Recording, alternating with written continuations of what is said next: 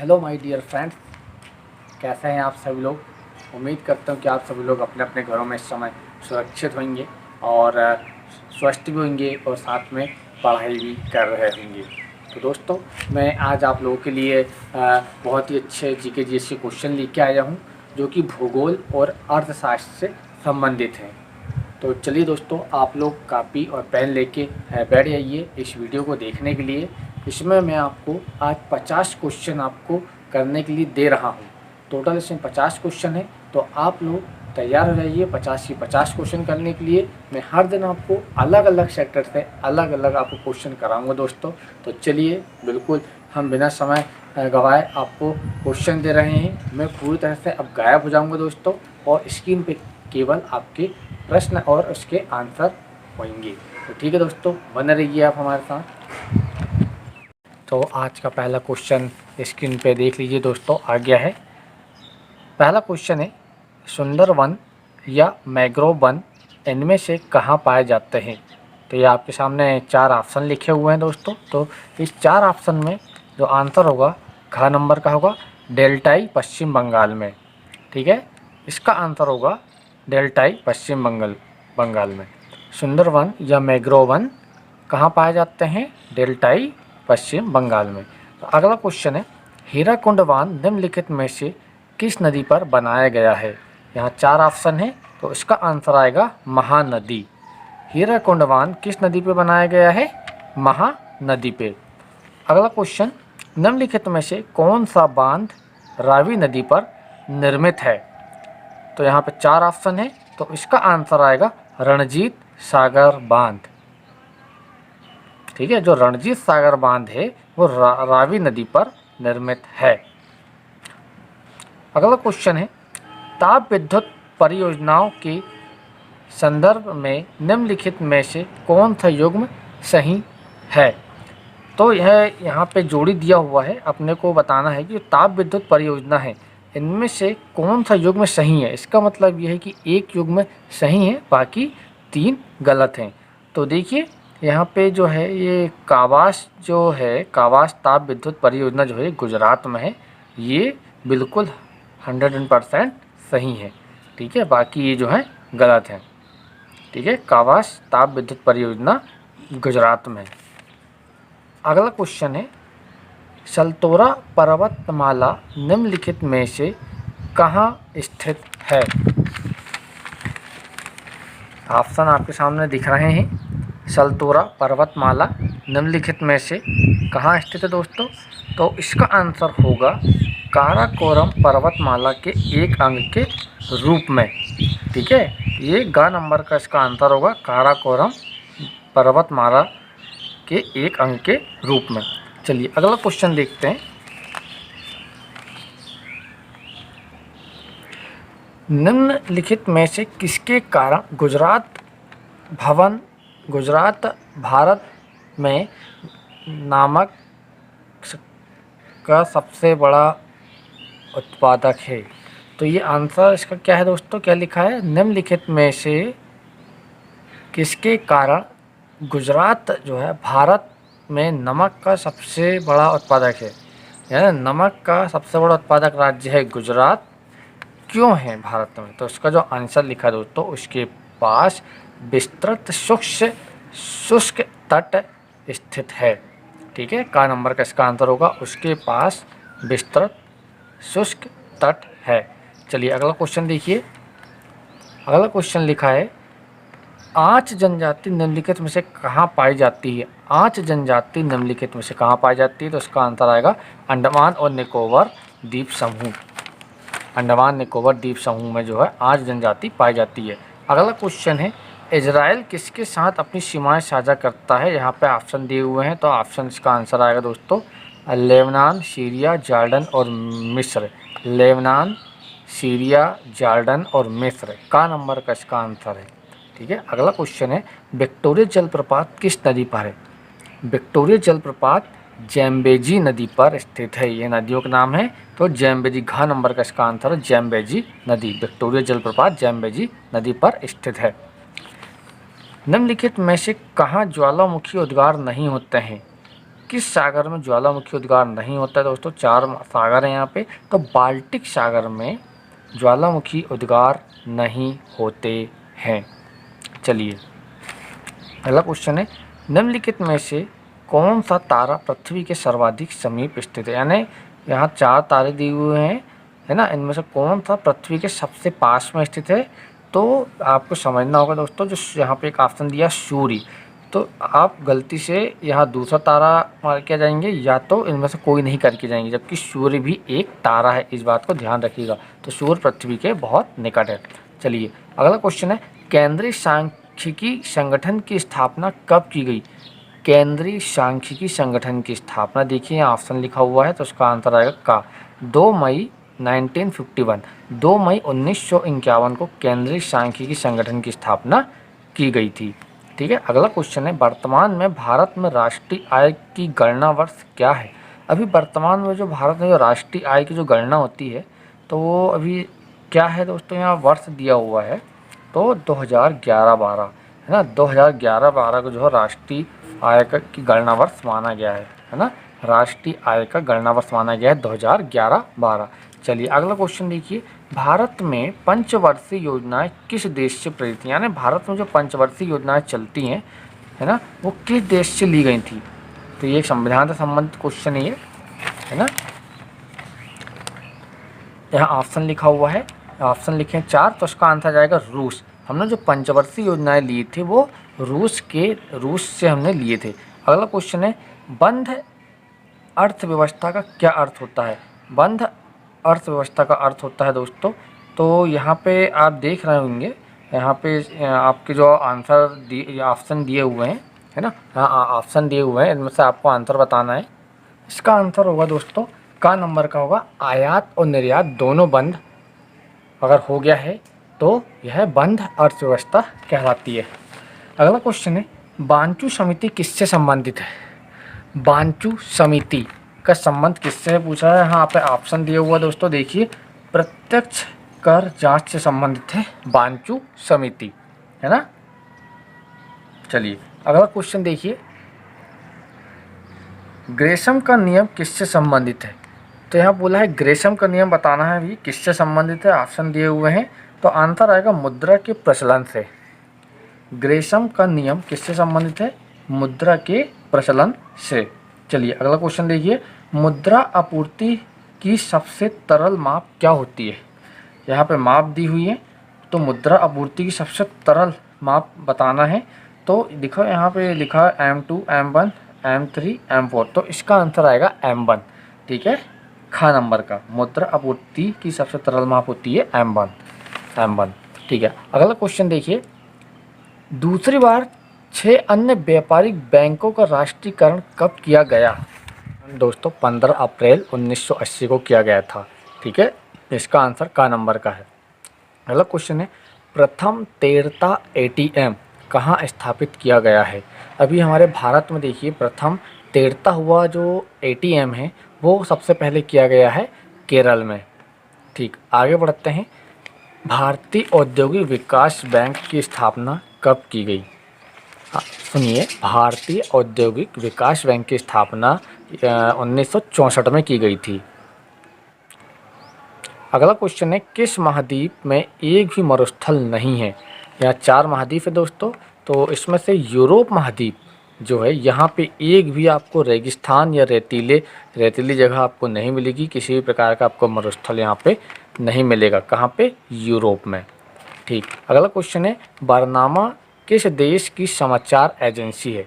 बरनामा जो है एक समाचार एजेंसी जो कि कहाँ की है दोस्तों? 4 देशों के नाम लिखे हैं, तो इसका आंसर है मलेशिया। बरनामा मलेशिया की समाचार एजेंसी है। अगला क्वेश्चन है, भारतीय मानक ब्यूरो का मुख्यालय कहाँ पर है? भारतीय मानक ब्यूरो का मुख्यालय है नई दिल्ली में। अगला क्वेश्चन है, कर्क रेखा भारत के निम्नलिखित में से किस राज्य से नहीं गुजरती है? मैंने एक कर्क रेखा वाला आपको जो है एक वीडियो दिया हुआ है दोस्तों, इसको भी एक लाइन में मैंने बहुत ही अच्छे से समझाया हुआ है, आप इसके डिस्क्रिप्शन में जाके देख लीजिए। कर्क रेखा वाला ये जिसने पढ़ा होगा तो ये बिना देखे ही इसका आंसर दे देगा। तो यहाँ पे ऑप्शन लिखा हुआ है 4, तो इसका आंसर आएगा मेघालय। बाकी तो मिजोरम, राजस्थान और गुजरात से कर्क रेखा गुजरती परंतु मेघालय से नहीं जाती है, तो इसका आंसर आएगा मेघालय। अगला क्वेश्चन है, दक्षिण भारत का सबसे बड़ा नदी बेसिन कौन सा है? दक्षिण भारत का सबसे बड़ा नदी बेसिन कौन सा है? तो यहाँ पे ये नदियों के नाम दिखे हुए दोस्तों, तो गोदावरी। तो गोदावरी जो नदी का जो बेसिन है वो सबसे बड़ा नदी बेसिन है दक्षिण भारत का, गोदावरी। ठीक। अब अगला क्वेश्चन है दोस्तों, आपके सामने लिखा है 23.5 डिग्री उत्तरी अक्षांश को क्या कहा जाता है? जो 23.5 डिग्री जो उत्तरी अक्षांश जो रेखा है दोस्तों, उसे क्या कहा जाता है, ये भी मैंने आपको समझाया है। तो जो 23.5 डिग्री जो उत्तरी अक्षांश होती है वो होती है कर्क रेखा, और वहीं दक्षिणी अगर अक्षांश की अगर बात कर दें 23.5 डिग्री दक्षिणी अक्षांश, तो हो जाएगी मकर रेखा। ठीक है। और जो 0 डिग्री जो रेखा होगी वो कहलाएगी भूमध्य रेखा या विषुवत रेखा। चलिए अगला क्वेश्चन है, निगम कर किसके द्वारा लगाया जाता है? तो दोस्तों निगम कर यहाँ पे 4 आपको दिए हुए हैं ऑप्शन, तो इसका आंसर आएगा केंद्र सरकार के द्वारा निगम कर लगाया जाता है। चलिए अगला क्वेश्चन देखिए दोस्तों, काशी लालिमा किसकी प्रजाति है? यहाँ पे लिखा हुआ है काशी लालिमा किसकी प्रजाति। बहुत अच्छा क्वेश्चन ये भी कि काशी लालिमा किसकी प्रजाति है। ऑप्शन है यहाँ पे लिखे हुए, तो इसका आंसर आएगा भिंडी। आप भिंडी की सब्जी तो खाते ही होंगे दोस्तों, तो भिंडी की सब्जी खाते होंगे, तो ये आप भिंडी जो आप देख लीजिएगा खाने से पहले काशी लालिमा की प्रजाति है क्या भिंडी। ठीक है, तो इसका आंसर भिंडी। संसार की सबसे बड़ी पोतवाहक नहर कौन सी है? 4 नहर दिए हैं, इसका आंसर है स्वेज नहर। संसार की विश्व की सबसे बड़ी पोतवाहक नहर है स्वेज नहर। अगला क्वेश्चन, विश्व की सबसे व्यस्त व्यापारिक नदी कौन सी है? विश्व की सबसे व्यस्त व्यापारिक नदी अगर कोई है तो वह है राइन नदी। सबसे व्यस्त व्यापारिक नदी है राइन नदी। ठीक।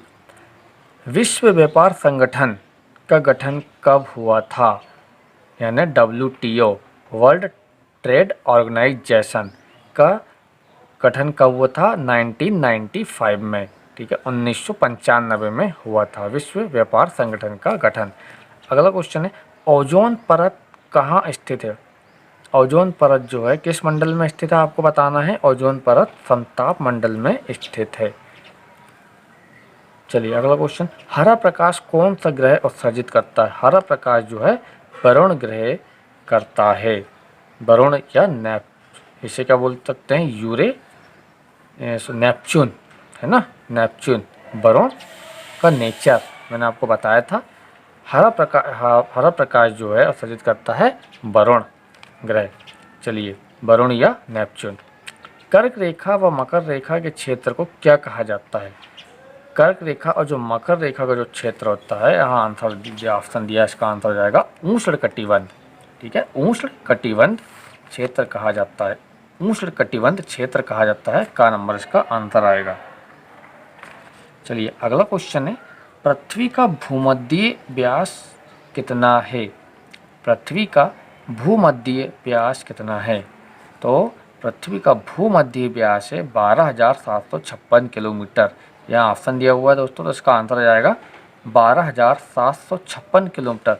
भूमध्य व्यास पूछा, ये बहुत ही इम्पोर्टेंट और बहुत ही अच्छे क्वेश्चन है दोस्तों, भूगोल के और साथ में इकोनॉमी के क्वेश्चन है, दोनों मिक्स क्वेश्चन दिए हुए हैं, है ना। तो 12,756 किलोमीटर। अगला क्वेश्चन है, ऑरेंज नदी कहाँ बहती है? ऑरेंज या नारंगी नदी कहाँ पे बहती है? तो यहाँ ऑप्शन दिया है, तो इसका आंसर आएगा दक्षिण अफ्रीका। ऑरेंज नदी जो है दक्षिण अफ्रीका में बहती है। अगला क्वेश्चन है, बिरसा मुंडा स्टेडियम कहाँ पर स्थित है?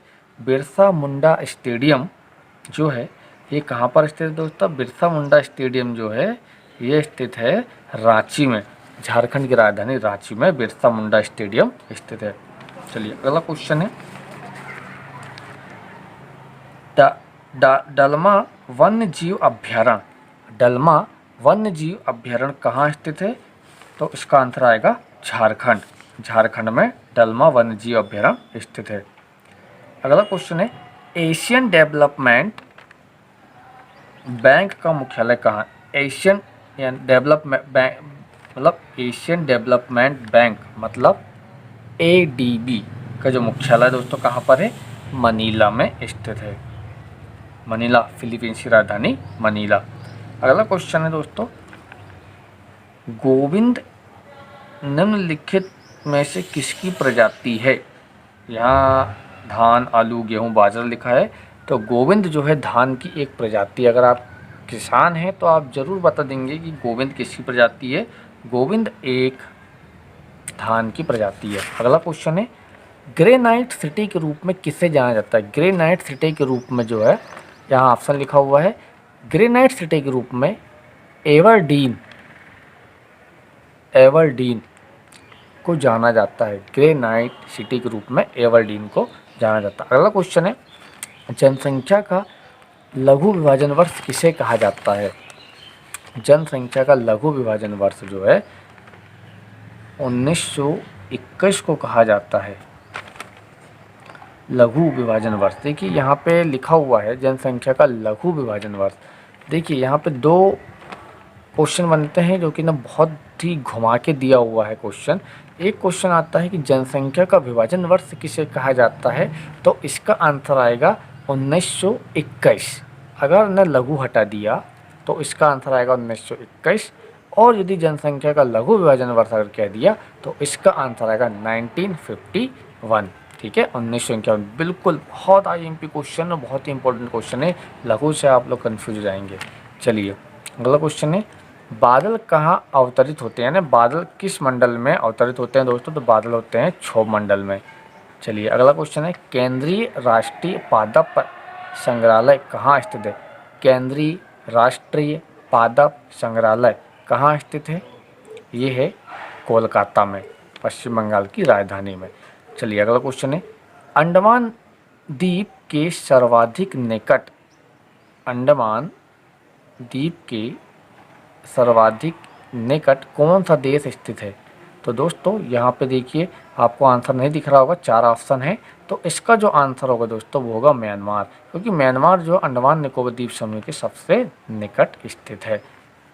अंडमान निकोबार द्वीप समूह हमारा भारत का एक केंद्र शासित प्रदेश है और म्यांमार हमारे भारत से लगा हुआ है ना, तो सबसे निकट है। चलिए अगला क्वेश्चन है, विश्व पर्यावरण संरक्षण दिवस कब मनाया जाता है, या विश्व पर्यावरण दिवस, देखिए विश्व पर्यावरण दिवस और विश्व पर्यावरण संरक्षण दिवस, ये दोनों में बहुत अंतर है। तो विश्व पर्यावरण दिवस तो आपको पता होगा 5 जून को मनाया जाता है, और विश्व पर्यावरण संरक्षण दिवस जो है दोस्तों वो है 26 नवंबर को मनाया जाता है। ठीक है, और इसी दिन हमारा कानून दिवस भी मनाया जाता है ना। 26 नवंबर को हमारा संविधान बन के तैयार हुआ था, तो 26 याद रखिएगा, विश्व पर्यावरण संरक्षण दिवस 26 नवंबर, और कानून भी विधि दिवस भी मनाया जाता है।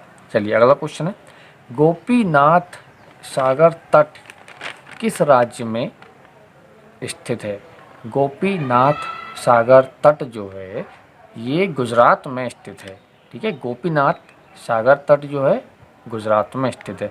अगला क्वेश्चन है, दक्षिण अमेरिका का घास के मैदान को क्या कहा जाता है। तो दक्षिण अमेरिका के जो घास के मैदान है ना, ये इन्हें कहा जाता है पंपास घास का मैदान। कई बार क्वेश्चन आ जाता है कि बताओ पंपास घास का मैदान कहाँ पर है, तो ये है दक्षिण अमेरिका में। चलिए अगला क्वेश्चन है और आखिरी क्वेश्चन है दोस्तों, इंदिरा आवास योजना की शुरुआत कब हुई थी। आप बता सकते हैं इंदिरा आवास योजना जो है इंदिरा गांधी के शासनकाल में ही होगी, है, या तो हो सकता है कि इनके बेटों ने किया हो, आपको पता करना है, हम बताएंगे ज़रूर इसका आंसर आपको। इंदिरा आवास योजना की शुरुआत 1985 में हुई थी। ठीक है, इंदिरा आवास योजना की शुरुआत 1985 में 1985 में हुई थी दोस्तों। तो ये आज के ऐसे क्वेश्चन है दोस्तों। तो आपको कैसे लगे ये क्वेश्चन, उम्मीद करता हूँ कि आपको यह क्वेश्चन बहुत ही अच्छे लगे होंगे, बहुत ही महत्वपूर्ण, एग्ज़ाम की दृष्टि से बहुत ही अच्छे क्वेश्चन है। ऐसे क्वेश्चन आपको अन्य किसी भी यूट्यूब चैनल में आपको देखने को नहीं मिलेंगे दोस्तों। तो बिल्कुल आप हमारे इन क्वेश्चनों को अपनी कॉपी में आपने नोट किया होगा, या नहीं भी किया है तो आप अभी कर सकते हैं दोस्तों। तो चलिए हम फिर आपको अगले वीडियो में आपको कुछ अन्य से संबंधित वीडियो लेके आएंगे। जब तक के लिए स्वस्थ रहिए, मस्त रहिए, पढ़ते रहिए। जय हिंद, जय भारत।